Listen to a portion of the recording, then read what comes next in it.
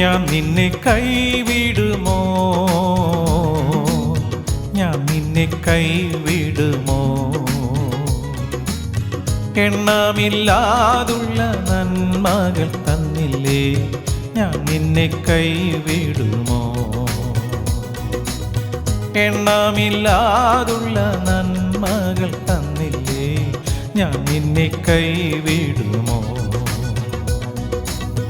ഞാൻ നിന്നെ കൈവിടുമോ, ഞാൻ നിന്നെ കൈവിടുമോ? എണ്ണമില്ലാതുള്ള നന്മകൾ തന്നില്ലേ, ഞാൻ നിന്നെ കൈവിടുമോ? എണ്ണമില്ലാതുള്ള നന്മകൾ തന്നില്ലേ, ഞാൻ നിന്നെ കൈവിടുമോ?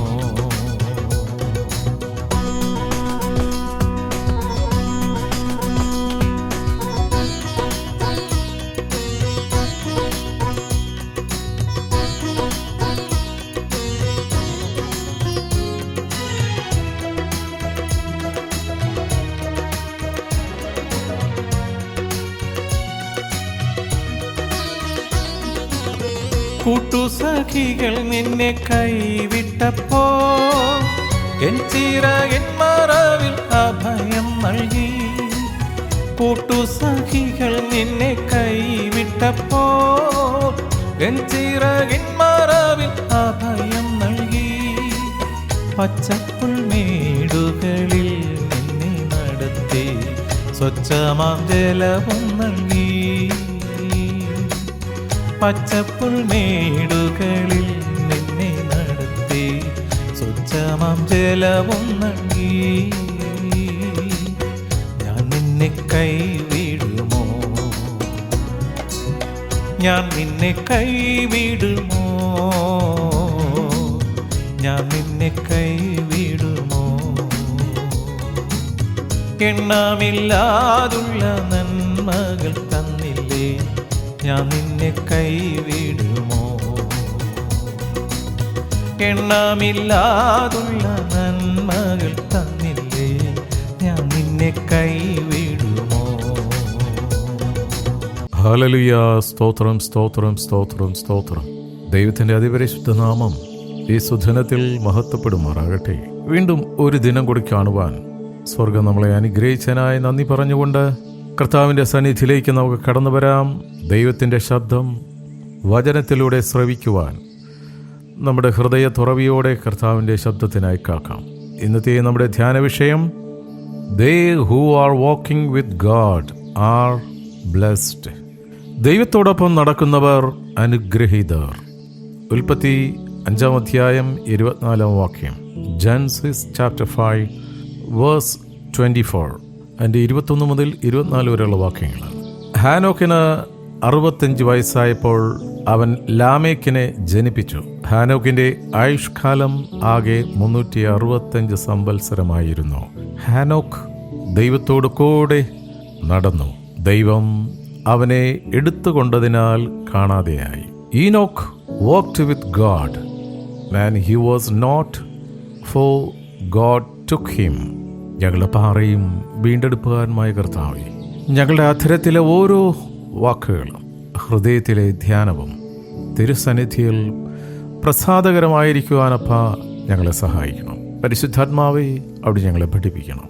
അവിടുന്ന് അങ്ങനെ ചെയ്യുന്നതിനായി നന്ദിയപ്പ, യേശുവിൻ നാമത്തിൽ തന്നെ ആമേൻ. ദൈവത്തോടൊപ്പം നടക്കുന്നവർ അനുഗ്രഹീതർ. ദൈവത്തോടുകൂടെ നടക്കുക എന്നത് വലിയൊരു ഭാഗ്യ അവസ്ഥയാണ്. ദൈവം ഒപ്പമുണ്ടെങ്കിൽ നാം സുരക്ഷിതരും സന്തോഷമുള്ളവരുമായിരിക്കും. ദൈവത്തോട് ഒരുമിച്ച് ജീവിതം നയിക്കുന്നതിനുള്ള വലിയ ആകാംക്ഷ നമ്മളിൽ എപ്പോഴും എപ്പോഴും ഉണ്ടാകണം.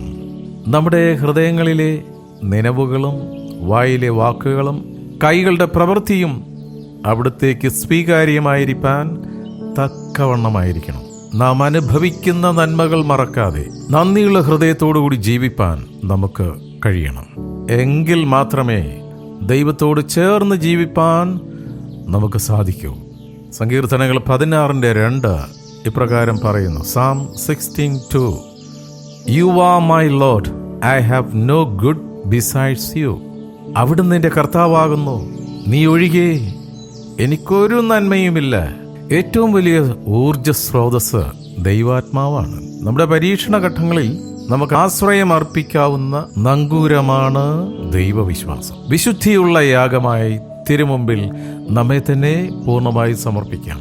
ദൈവത്തോടു കൂടി നടക്കുന്നവർക്ക് മാത്രമേ എന്നേക്കും ദൈവത്തോടു കൂടി വസിക്കുന്നതിന് സാധ്യമാകൂ എന്നത് നാം ഒരിക്കലും മറക്കരുത്. നമുക്ക് യേശുവോട് കൂടി നടക്കാം. അവിടുന്ന് നമ്മെ ശരിയായ പന്ഥാവിലൂടെ നയിക്കും. അവിടുന്ന് നമ്മളെ അനുഗ്രഹിക്കും. ഈ ചിന്തകളാൽ നമുക്ക് ഹൃദയം തുറന്ന് പ്രാർത്ഥിക്കാം. ഹല്ലേലൂയ. നന്ദിയോടെ സ്തുതിക്കുന്നപ്പാ. പ്രിയനായ കർത്താവേ, അവിടുന്ന് നല്ല കൂട്ടാളിയായി കൂടെ ഉള്ളതിനാൽ ഞങ്ങളങ്ങേ സ്തുതിക്കുന്നപ്പാ. അവിടുത്തോടു കൂടെ എന്നും ജീവിപ്പാനുള്ള കൃപ ഞങ്ങൾക്ക് ഓരോരുത്തർക്കും നൽകണമേ എന്ന് വചനം കേട്ട് ഓരോ മക്കളെയും അനുഗ്രഹിക്കണം. കുടുംബത്തോടെ ഹാനോക്കിനെ പോലെ തിരുസന്നിധിയിൽ നടക്കുവാൻ ഞങ്ങളെ സഹായിക്കണം. അടിയങ്ങൾ ചേർന്ന് നിൽക്കുന്ന ഓരോ കൂട്ടായ്മയും സ്തോത്രം, അവിടുത്തോട് ചേർന്ന് നടക്കുന്ന, അവിടുത്തോട് പറ്റി നടക്കുന്ന വിശുദ്ധ മക്കളായി തന്നെ മുന്നോട്ട് പോകാൻ ഞങ്ങളെ ഓരോരുത്തരെയും സഹായിക്കണം. ഞങ്ങൾ ഒരുമനപ്പെട്ടുകൊണ്ട് ഞങ്ങളെ മാതൃരാജ്യമായി ഇന്ത്യ അനുഗ്രഹിച്ച് പ്രാർത്ഥിക്കുന്നു. ഇന്ത്യ അനുഗ്രഹിക്കപ്പെട്ട ഒരു രാജ്യമായി മാറട്ടെ. മതസ്പർദ്ധകൾ ഇന്ത്യയിൽ നിന്ന് വിട്ടുമാറട്ടെ. ഇന്ത്യയിലുള്ള ഓരോ സംസ്ഥാനങ്ങളെയും ഈ സമയത്ത് ഓർക്കുന്നു. പ്രത്യേകിച്ച് തമിഴ്നാടിനെയും കർണാടകത്തെയും കേരളത്തെയും സമർപ്പിച്ച് പ്രാർത്ഥിക്കുന്നു. ദൈവമേ, നന്ദിയുള്ള ഹൃദയത്തോടെ ജീവിക്കുന്ന മക്കളായി, ദൈവഭയമുള്ള, ദൈവത്തോട് ചേർന്ന് നടക്കുന്ന മക്കളായി ഓരോ സംസ്ഥാനത്തിലെയും മക്കളെ സമർപ്പിക്കുന്നു. സ്തോത്രം. ജീവിതത്തിൽ ദൈവസ്നേഹമുള്ള, ദൈവഭയമുള്ള തലമുറകളായി വളരുവാൻ മക്കളെ, ഓരോ സംസ്ഥാനത്തുമുള്ള മക്കളെ സമർപ്പിച്ച് പ്രാർത്ഥിക്കുന്നു. ജീവിതത്തിൽ ഒന്നാം സ്ഥാനം ദൈവത്തിന് കൊടുക്കുന്നവരായി ജീവിക്കുവാൻ ഓരോ മക്കളെയും അവിടുന്ന് സ്പർശിക്കണമേ. ഞങ്ങളുടെ തലമുറകളെ പ്രത്യേകമായി സമർപ്പിക്കുന്നു. ഈ കാലഘട്ടത്തിൻ്റെതായ അടയാളങ്ങളെ മനസ്സിലാക്കി, പിശാചിൻ്റെ വശീകരണത്തെ മനസ്സിലാക്കി, ലഹരിയുടെ ആസക്തിയിൽ നിന്ന് കുഞ്ഞുങ്ങൾ വിട്ടുമാറി ദൈവഭയമുള്ള, മാതാപിതാക്കളെ ബഹുമാനിക്കുകയും സ്നേഹിക്കുന്ന തലമുറയായി ജീവിക്കുവാൻ മക്കളെ സഹായിക്കണം. അവരെ പഠിപ്പിക്കുന്ന പ്രൊഫസേഴ്സിനെ, ടീച്ചേഴ്സിനെ അനുഗ്രഹിച്ച് പ്രാർത്ഥിക്കുന്നു. ദൈവമേ, അനുഗ്രഹിക്കപ്പെട്ട തലമുറകളെ വാർത്തെടുക്കുവാൻ അധ്യാപകരെ അനുഗ്രഹിക്കണം. ഞങ്ങളുടെ കുടുംബങ്ങളെ അനുഗ്രഹിച്ച് പ്രാർത്ഥിക്കുന്നു. അവിടെ തന്നിരിക്കുന്ന വിശുദ്ധ കുടുംബത്തിനായി സ്തോത്രം.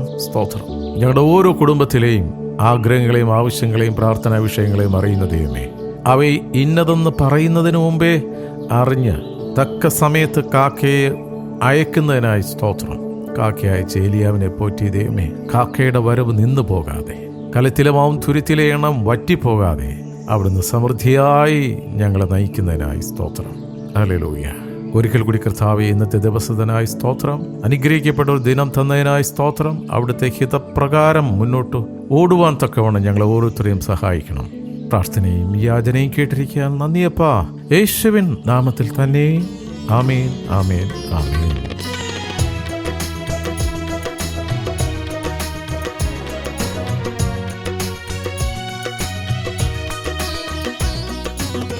വഴിയരികിൽ നീ കിടന്നപ്പോ പലരും നിന്നെ കണ്ടു മാറിപ്പോയി.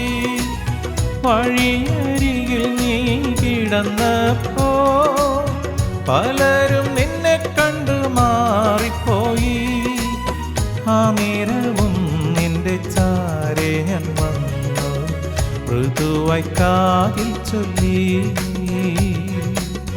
ആ നേരവും നിന്റെ ചാരെ ഞാൻ വന്നു മൃദുവായി കാതിൽ ചൊല്ലി. ഞാൻ നിന്നെ കൈവിടുമോ, ഞാൻ നിന്നെ കൈവിടുമോ,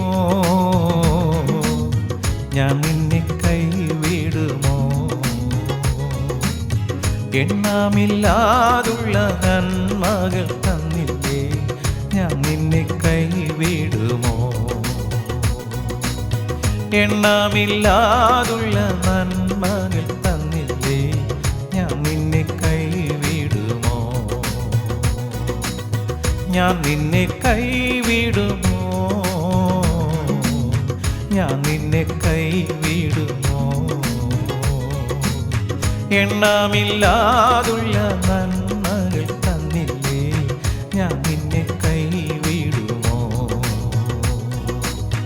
എണ്ണമില്ലാതുള്ള നന്മകൾ തന്നില്ലേ ഞാൻ നിന്നെ കൈവിടുമോ